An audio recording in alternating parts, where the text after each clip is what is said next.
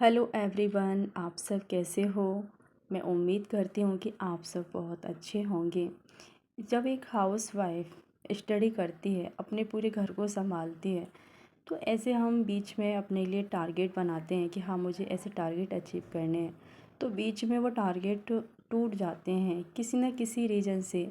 तो हम एक तरीके से नेगेटिव वे में चले जाते हैं, डीमोटिवेट हो जाते हैं कि मेरे साथ ही ऐसा क्यों होता है।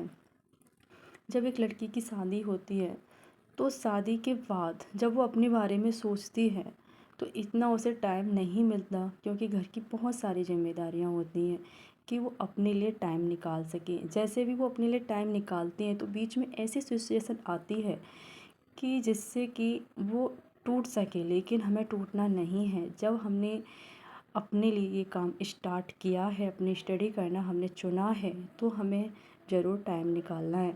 चाहे हम कितनी बार गिरें, गिर कर उठना है और फिर अपनी स्टडी को कंटिन्यू करना है।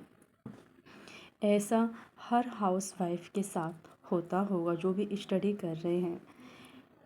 देखा जाए, ऐसी भी फैमिली होती हैं, वहाँ सिर्फ ये एक्सपेक्टेशन रखी जाती है कि हमारे अच्छे से आओ भगत करें, हमारी खातिरदारी करें, टाइम टू टाइम जो भी ब्रेकफास्ट, लंच, डिनर या और भी अदर एक्टिविटी, जैसे कि और भी बहुत सारे काम होते हैं, तो उनकी एक्सपेक्टेशन सिर्फ यही होती है कि हमें हमें प्रायोरिटी दे और हमारी वैल्यू करे और हमारे काम करे, जो भी होते हैं, कपड़ों प्रेस करना, बहुत सारी चीज़ें। लेकिन आप वो काम करते करते डीमोटिवेट मत हो जाना, क्योंकि उनकी एक्सपेक्टेशन सिर्फ वहीं तक है। और यदि आपके बारे में नहीं सोच रहे हैं कि आप क्या कर रहे हो अपनी लाइफ में, आप आगे बढ़ना चाहते हो या आपको हम सपोर्ट करें, इस बारे में नहीं सोच रहे हैं, तो प्लीज़ आप इस बात से बिल्कुल हताश मत होना। उम्मीदें उन्हीं लोगों से करी जा सकती हैं जो हमें सपोर्ट करें। यदि वो सपोर्ट नहीं करते हैं और ना ही हमारे बारे में सोचते हैं, तो ज़्यादा उन लोगों पे ध्यान नहीं देना है, क्योंकि वो हमारी लाइफ के ऐसे मेंबर हैं जिन्हें हम ना तो छोड़ सकते हैं, सिर्फ हम उन्हें साथ लेके चल सकते हैं। उनके जो भी काम है, जो भी वर्क है उनका है, जो भी रेस्पॉन्सिबिलिटी उन्हें निभाएं और तुरंत आगे बढ़ जाएं। क्योंकि जब रास्ता हमने चुना है, तो रास्ते भी खुद बनाने होंगे। जब हम अपने कदम बढ़ाते हैं, एक कदम, दो कदम, तीन कदम, ऐसे डे बाय डे अपने लिए टाइम निकालते हैं, तो हमें चीज़ें समझ में आने लगती हैं कि हाँ, कब मुझे टाइम मिल रहा है, कब टाइम मुझे मिल सकता है। एक चीज़ ये होती है, जब हमारा एग्ज़ाम नज़दीक आने लगता है, तो एक तरीके से हमारा बॉडी भी इतना फ्रस्ट्रेट हो जाता है, इतनी सारी चीज़ें होती हैं कि हम पीछे हटने लगते हैं। लेकिन हमें पीछे नहीं हटना। वो सिर्फ एक माइंड का थॉट नहीं, एक मन, जैसे कहते हैं ना कि हमारे पढ़ाई मन नहीं लग रहा, वो आपका मन भागता है कि काम करने में दिल नहीं लग रहा। तो वो चीज़ आप वहाँ कंट्रोल करो, उस मन को कंट्रोल करो। नहीं, मुझे ये काम करना है, स्टडी करनी है तो करनी है। अपने माइंड के ज़रिए उसे कंट्रोल करो कि हाँ, मुझे ये काम करना है तो करना है। मेरे पास दूसरा कोई ऑप्शन है ही नहीं। मैं आज अपना टाइम वेस्ट कर दूँगी पढ़ाई ना करके, जैसे कि मोबाइल चलाना ज़्यादा देर या खाली बैठे रहना। इस वजह से क्या है कि आज का दिन तो बर्बाद हो रहा है, आगे आने वाला कल भी बर्बाद होगा, क्योंकि बहुत सारी चीज़ें पेंडिंग हो जाती हैं, घर के भी बहुत सारे काम होते हैं। यदि हम आज उन्हें नहीं कर रहे हैं ना, तो कल को बहुत बड़ी चीज़ें बन जाती हैं, यानी कि एक्स्ट्रा काम और बढ़ जाता है।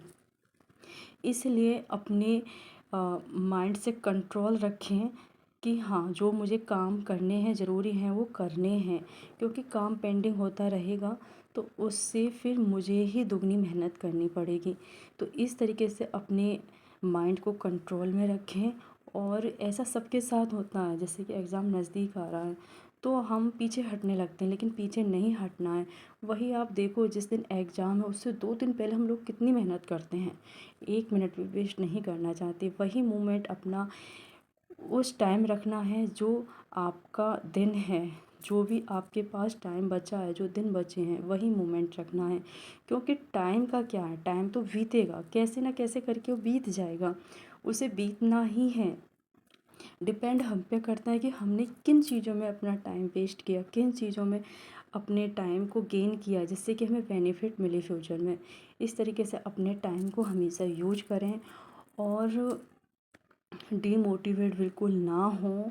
यदि लाइफ में हमारे जो भी रूल हैं या टारगेट जो हम बनाते हैं वो ब्रेक हो रहे हैं तो उससे आप बिल्कुल हताश ना हो, क्योंकि जब एक हाउसवाइफ एस्पिरेंट हाउसवाइफ है वो पूरे घर को संभालती है और साथ में खुद अपने लिए टाइम निकालती है, तो बहुत सारे मोमेंट ऐसे आते हैं कि उसे थोड़ा रुकना पड़ता है। लेकिन जब भी आप रुक रहे हैं तो ज़्यादा टाइम के लिए ना रुकें। ये कोशिश करें कि मुझे इस सिचुएशन से बाहर आना है और अपने लिए टाइम निकालना है। देखो 24 घंटे सबके पास होते हैं, उन्हीं 24 घंटे में से अपने लिए टाइम निकालना है। ऐसा भी टाइम होता है जिस टाइम सब सो रहे होते हैं उस टाइम भी हम पढ़ सकते हैं, या बहुत से काम ऐसे होते हैं जल्दी जल्दी फास्ट उन्हें ख़त्म करो, उसके बाद अपने लिए टाइम निकालो, चाहे टाइमर लगा कर ही निकालो। जब आप कंसंट्रेट होंगे 30 मिनट का ही आपने टाइमर लगाया तो आपका इंटरेस्ट बढ़ने लगेगा कि चलो मेरी 30 मिनट में इतनी स्टडी हुई, मुझे और आगे पढ़ना है। ऐसे करके आप अपने आप को इनक्रीज कर सकते हो। Thanks for watching. मिलते हैं फिर नेक्स्ट वीडियो, जब तक के लिए बाय बाय।